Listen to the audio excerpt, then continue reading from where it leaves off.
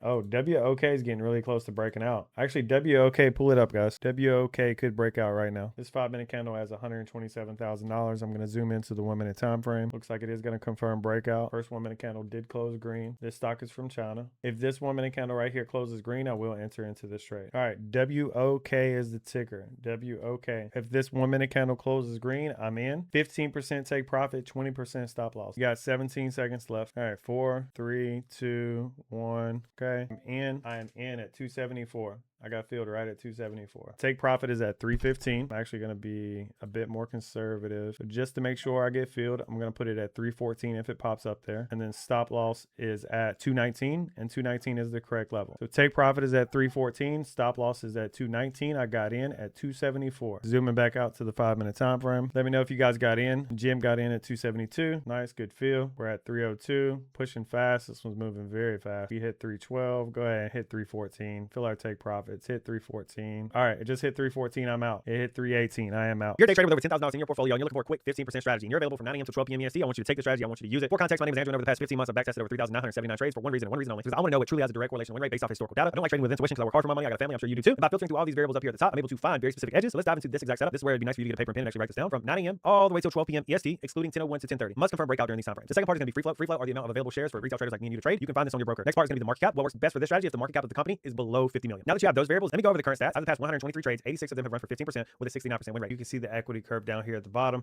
with 75 green days and 36 red days overall with a 67% chance to be actually green. The second part that I want to go over here is the actual take profit. For this specific strategy, the winner for the past 15 months has been 15%, but if I type in 16% right here, you actually be able to see that 16% is slightly beating out 15% as it loads up here. You can see the net profit would be 56,400, position size of $10,000 on every single trade. That's assuming that you execute it perfectly. And again, past performance is not a promise of future results or anything like that. I don't know if this setup is going to perform the same way over the next 12 months. I can only give you the historical data. So now let's actually jump into an example. So right here on the tracker, you'll be able to see the last recorded breakout that I have right here, which is July 21st, 2026. The ticker is CPHI, the breakout level 107, and the time the stock broke out is at 9:50. So I'm going to jump over to Webull here and actually show you how to pull this up. So I already have it pulled up, but all you have to do is go to CPHI, type that in for the ticker, right click on the chart, go to the go to option right here, click on 721,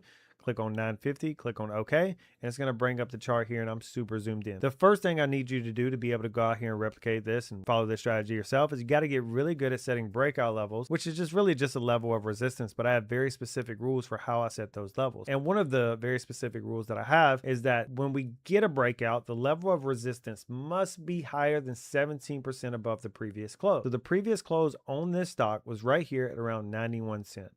So if I measure out the distance from 91 cents up to this level of resistance where it got rejected, you'll be able to see right here in the gray box that this is at 17.5%, which put it just above the threshold for me to count that as a legit breakout level. And then on the 5-minute time frame, the next thing you'll see is that the 5-minute candle right here closed above 107. And at what time did it do that? It broke out right here at 9:50 a.m. As this 5-minute candle closes above our breakout level of 107, that's when I get confirmation that there's a breakout. And here's one of the big breakthroughs that I had. One of the things that I started tracking is as this 5-minute candle is confirming breakout, what is the 1 minute time frame doing? So remember the 5-minute candle closed at 9:50. So why don't we switch over to the 1 minute time frame? Let's go back to the exact same date, go to the 9:50, and then we'll go here. We'll zoom all the way in, and you'll be able to see that the last 1 minute candle at 9:50 closed green. So that's the first confirmation that must happen in order for me to take this trade.